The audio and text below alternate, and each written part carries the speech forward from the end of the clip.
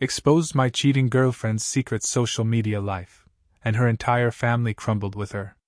Hillary and I had been together for nearly 4 years.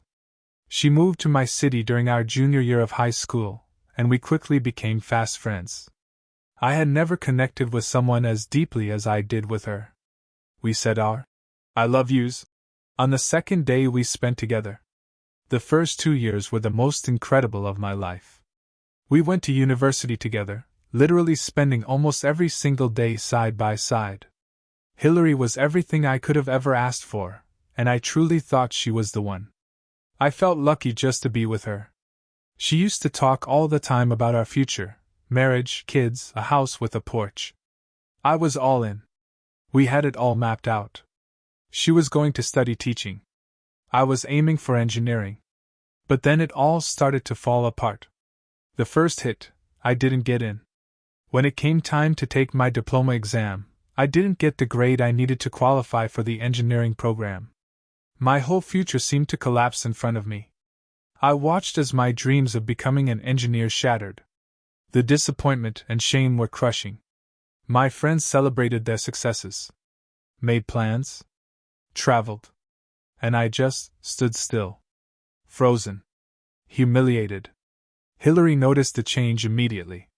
She saw how I started to pull away, how I became quieter, more distant. At first, she tried to cheer me up, reminding me there were other paths, other dreams. But I couldn't hear her through the noise in my own head. I felt like a failure. Plan B, geological sciences, and a big secret. Some friends encouraged me to look into geological sciences. It was always a hobby of mine, but I never thought it could be a career. I started researching and found a solid program. Only catch? It was 12 hours away in a completely different city. Hillary had already been accepted into the college we'd originally planned to attend together. And I applied to the new school without telling her. Yeah, I know. Bad boyfriend move. But I felt like if I told her, she'd talk me out of it. I was already ashamed of missing out on engineering. I didn't want to feel like I was giving up again. I got accepted. But the excitement didn't last. The dread crept in fast because now I had to tell Hillary that I was leaving. The fallout. I sat her down and broke the news. She didn't say much. Just nodded slowly, like she was absorbing it all. Then she said she wasn't going to give up her college acceptance, that she couldn't walk away from what she'd worked for. I told her I didn't want her to.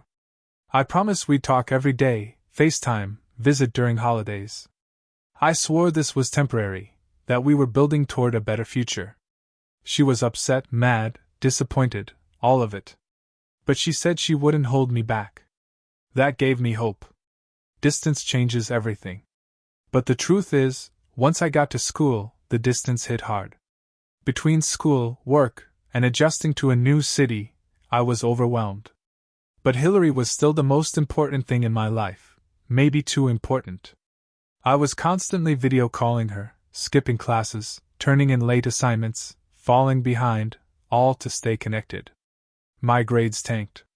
I ended up on academic probation. I even considered dropping out. But my family convinced me to stay. Meanwhile, Hillary seemed to be thriving.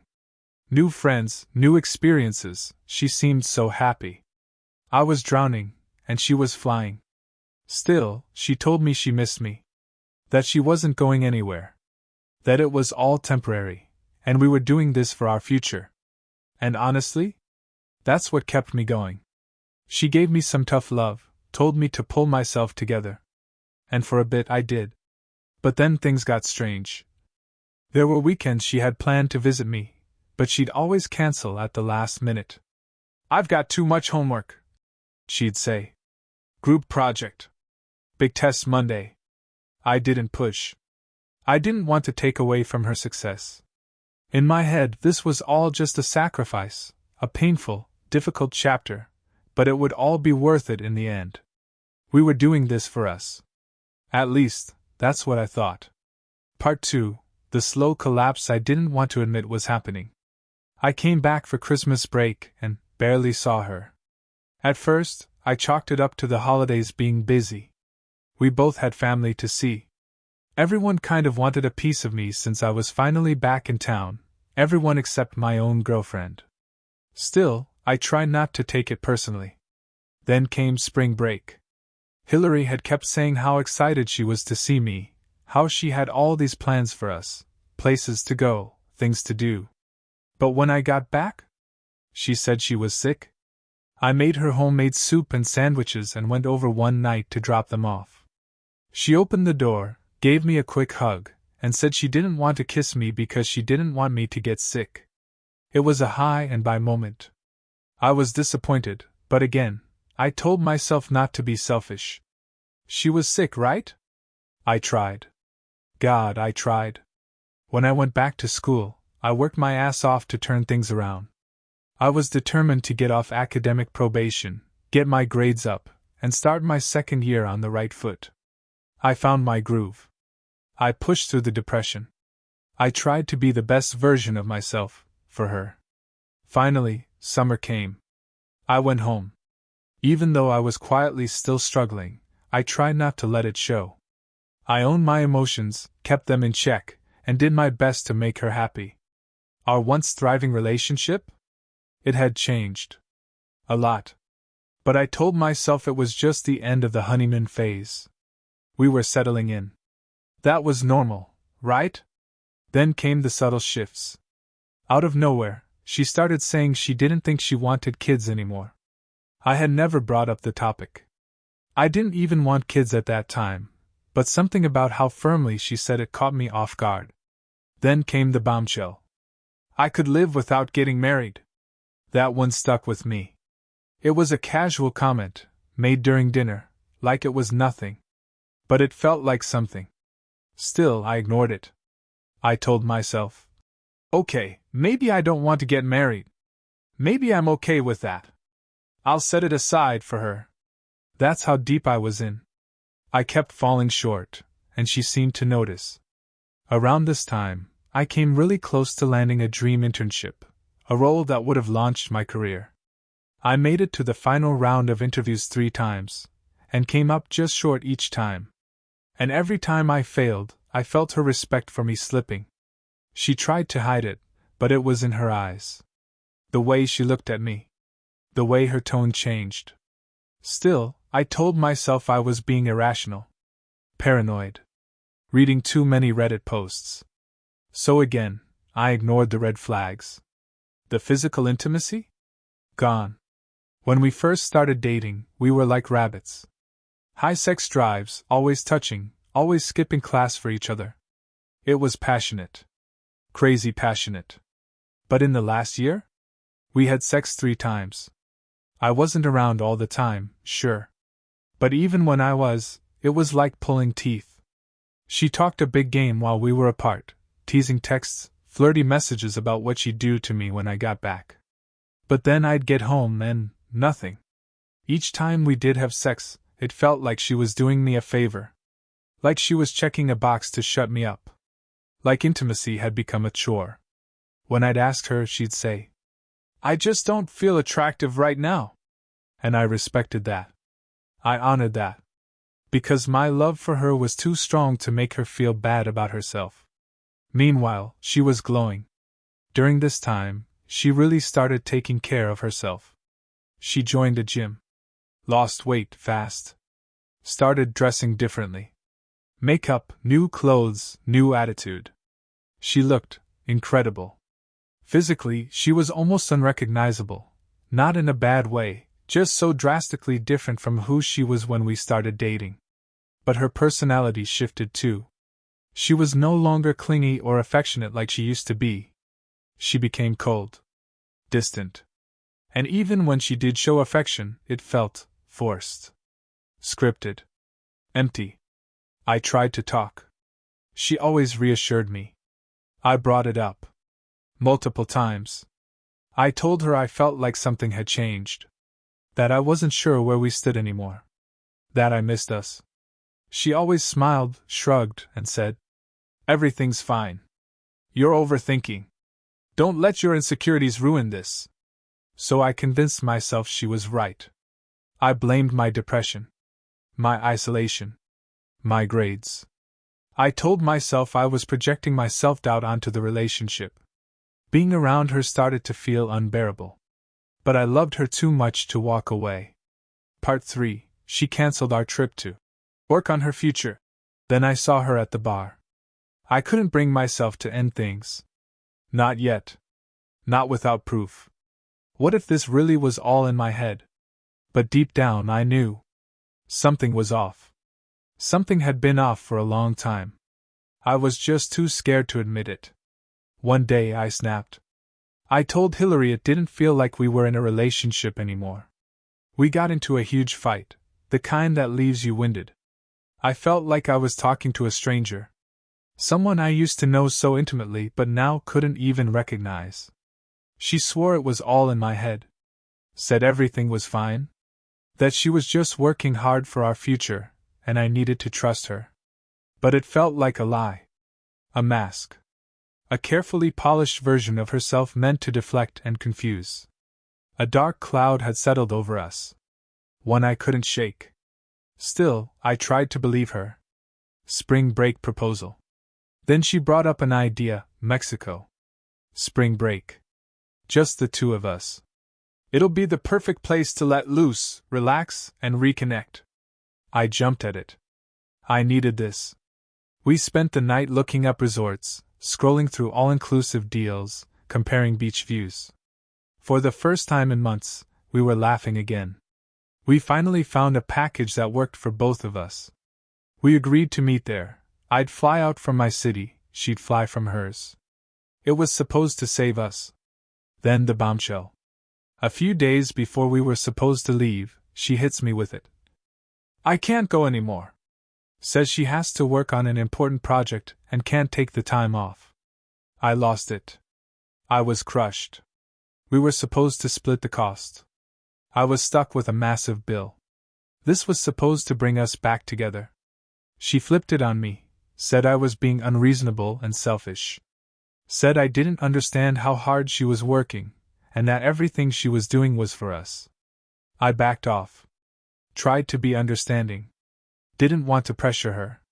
But inside? I felt like I had been sacrificing everything for this relationship. My happiness, my time, my mental health, and this is what I got in return. So I went to Mexico alone. She insisted I should still go. It'll be good for you. We'll video chat every night. It'll give you a chance to relax. So I went. The first few nights, we FaceTimed, short calls, 15 to 20 minutes max. She'd always say she was turning in early, too tired to talk more. One night, she ends the call with, I love you. Good night. 2 hours later, I'm scrolling Instagram. A mutual friend of ours posts a story from a bar, shots, loud music, clinking glasses. And who do I see? Hillary. In the background. Laughing. Clearly not asleep. At first I think, maybe it's old footage. Maybe she posted it late. So I check Messenger. Hillary was active 30 minutes ago. Wait, she said goodnight 2 hours ago? Then I go on Snapchat. Her live location is off. She usually shares it. I'd never even used it before. But now, it's disabled. I go back to Instagram and DM our friend. Hey, what bar is that? She replies with the name, and even sends a photo of a drink she's holding. It's live. She's there right now. So is Hillary. I text Hillary. Thought you were sleeping? No response. A minute later, I go back to view the story again. It's gone. Deleted. Now I'm fuming. Pacing. Heart pounding. The bar on the beach. I couldn't sleep. So I got dressed and went to a bar by the beach that was still open. I figured I'd grab a drink or two and try to clear my head. That's when I met Heidi. Beautiful. Charismatic. Flirty. We drank together. Talked. Laughed. I could tell she was into me, the way she leaned in, touched my arm, laughed at things that weren't even funny. At one point, she put her hand on my leg. She leaned in and asked me to come back to her room. And in that moment, I paused. I looked at her. I smiled. I put my hand gently on hers and said, I'm flattered. Really. But I'm still in love with someone who's probably cheating on me right now. She looked at me, surprised, then just nodded and said, Then you don't belong with me tonight. But maybe tomorrow, you'll stop belonging to her. We hugged. No regrets. I went back to my hotel and sat on the edge of the bed, staring at the ceiling fan spinning slowly above me. And I knew. It was time. Part 4. Found out my girlfriend was cheating, so I had dinner with the girl who hit on me, then exposed her to everyone she knew. So I'm still in Mexico, alone, after Hillary ditched our spring break trip to work on an important project. But I made the most of it. After Hillary ghosted our nightly FaceTime and I caught her on a friend's Instagram story at a bar, which she promptly deleted, I went to grab a drink at a beachside bar. That's where I met Heidi, flirty, fun, gorgeous. She invited me back to her room, but I turned her down. I told her I was seeing someone. She respected that, apologized, and we ended the night on friendly terms. We even added each other on Instagram. Totally harmless. I spent the next day hanging out with Heidi and her group, just good vibes. Meanwhile, Hillary still hadn't responded to my text. Then she finally replied. 2 hours after I sent a message full of question marks, she responded. I went out with Trish. She needed to get out last minute. She needed a friend. I said. Why did you lie? She said she didn't lie, just didn't text me because she thought I'd be asleep. I replied. Why would you think I was asleep? I'm alone here. Do you think I'm just sitting around being a loser? She responded. Whoa. Where's that coming from? I told her I also went out. Met some cool people. Hung out with a new crowd. That's when she sends me a screenshot. Someone had tagged me in a group photo. Heidi was next to me, her arm around me. Just a casual pic with a group. Hillary messages. Cool people, huh? I left it on read. Then the bomb drops. Later that night, one of my boys back home texts me. Hey man, just a heads up. Hillary's at the bar with Trish. And she's not exactly behaving like someone in a relationship. He sends me a photo. Hillary, sitting on a random guy's lap. Then another photo. The guy is kissing her neck. Then another. They're grinding on each other on the dance floor. Well, here I am in paradise, drinking solo, while my girlfriend is giving lap dances back home. I thanked my buddy for the heads up and told him not to feel bad. Then I sent him a screenshot. It was Heidi from the night before. The woman who had flirted with me, the one I'd respectfully declined. He texts back. You know what I'd do? And I did. I did know. Dinner with Heidi. I messaged Heidi and asked her out to dinner. We ended up at a gorgeous resort restaurant with a poolside bar. We had a few drinks, got to know each other, and eventually she asked, What happened to what you said earlier? I asked. What do you mean? She smirked. You told me you were seeing someone. I looked at her and said, Forget I ever said that. Then I told her the full story. Showed her the photos of Hillary on another guy's lap, being kissed, grinding at the bar. She looked at me and said, My offer still stands. Let's just say, this time, I didn't decline. She even took my phone and snapped a selfie of herself, doing something very intimate. I'll let your imagination figure out where her mouth was. That night, my mind wasn't on school. Not even a little. The public reveal. Later that night, I posted the photos of Hillary with the other guy to my Instagram stories. Caption? Miss Hillary is a cheater, and she's teaching the next generation. Do you want her in charge of your children? A little while later, my phone lights up. Hillary.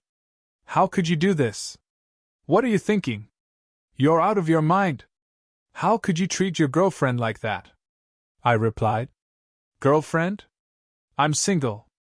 I can do whatever I want. I'm in paradise, remember? Then I sent her the photo Heidi took of herself, the very personal one, and said, I'm doing this for my future. A few days later. Back home. Still raw. Still kind of numb. Then one of my other buddies messages me. Yo! Check this out. Hillary had an OnlyFans. He sent me screenshots. It was definitely her. So yeah? While I was at school, busting my ass to make things work, she was busy. Guess she wasn't just studying. She was doing extracurriculars. Final thoughts. When life gives you lemons, trade them for tequila and lime and take a shot in a tropical paradise. I went to Mexico hoping to fix my relationship. Instead, I found out it was already dead, and had been for a long time. And I buried it, poolside, with a drink in hand and peace in my heart. Huge shout out to my friend who had my back and sent the proof I needed. When you're navigating betrayal, depression, and heartbreak, having one person throw you a lifeline is everything. And to Hillary? Thanks for teaching me what red flags look like. I'll never ignore them again. Part 5. I sent the screenshots to her family, and the fallout was devastating. By this point, I didn't even care anymore. After the Mexico mess, the cheating, the lies, and discovering Hillary's secret life, I gathered all the screenshots, the photos of her with the other guy, the deleted story reposted by friends, and the big one, her OnlyFans profile under the name Miss Hill. And I sent them. To her family. To our mutual friends. To the people she grew up with, the people who trusted her. Then the truth came out. Hillary wasn't even in school. She had dropped out in her first semester after failing multiple classes. But instead of coming clean, she pretended she was still enrolled. She told her parents she was going to class. Studying hard. Working toward her degree. In reality? She was building a following on OnlyFans. Miss Hill. An alias she used to push her new lifestyle brand, if you could call it that. I won't even describe the content, but let's just say, it wasn't PG. Update number 2, Fallout. Turns out, Hillary's choices had implications way beyond just me. Her dad was a fairly well-known man in their community. Worked with big clients. Ran a respected firm. His reputation took a massive hit. When the screenshots made the rounds and Hillary's Miss Hill persona went viral in the worst possible way, some of her father's clients pulled out. His name, his credibility, became collateral damage. The strain broke the family. Her parents divorced. Her dad moved out of town. I don't know where he went. I never asked. I still talk to Hillary's sister sometimes. She told me their mom doesn't speak to Hillary anymore. She's not allowed at home. Hillary now works at a Dollar Tree. Her OnlyFans? Gone. Deleted. No more Miss Hill. The family is disgraced. They lost everything. And honestly, I do feel bad for her sister. She didn't deserve any of this. Meanwhile, me? I'm finishing school. I'm finally in a good place. My mental health stable. My grades are solid. I've met new people. This new city? It's finally starting to feel like home. Even Heidi, yeah, that Heidi, and I still talk. She's planning to come visit next month. We're not labeling anything, no pressure. We're just having fun. And for the first time in a long time, I don't feel stuck. Or bitter. Or chasing someone who doesn't love me back. Final thoughts. You know what? Not getting into the engineering program was the best thing that ever happened to me. Life's weird like that. While Miss Hill was out there failing classes and turning them into content, I was out here learning real lessons. Not the ones you find in textbooks, but the ones that matter. Like, if someone's pulling away, trust your gut. If you're sacrificing everything for someone who's giving you breadcrumbs, you're not in love, you're in denial. And when you finally let go of what's breaking you, life has a funny way of handing you something better. So cheers to the missed opportunities, the heartbreaks, and the unexpected turns that put us on the right track, even if we had to walk through hell to get there. As for Hillary? Let's just say the only thing she's teaching now is what not to do. Thanks for following my story. If you've ever gone through something similar, feel free to share. And if you haven't yet, take this as your sign to walk away when your heart knows it's time. Class dismissed.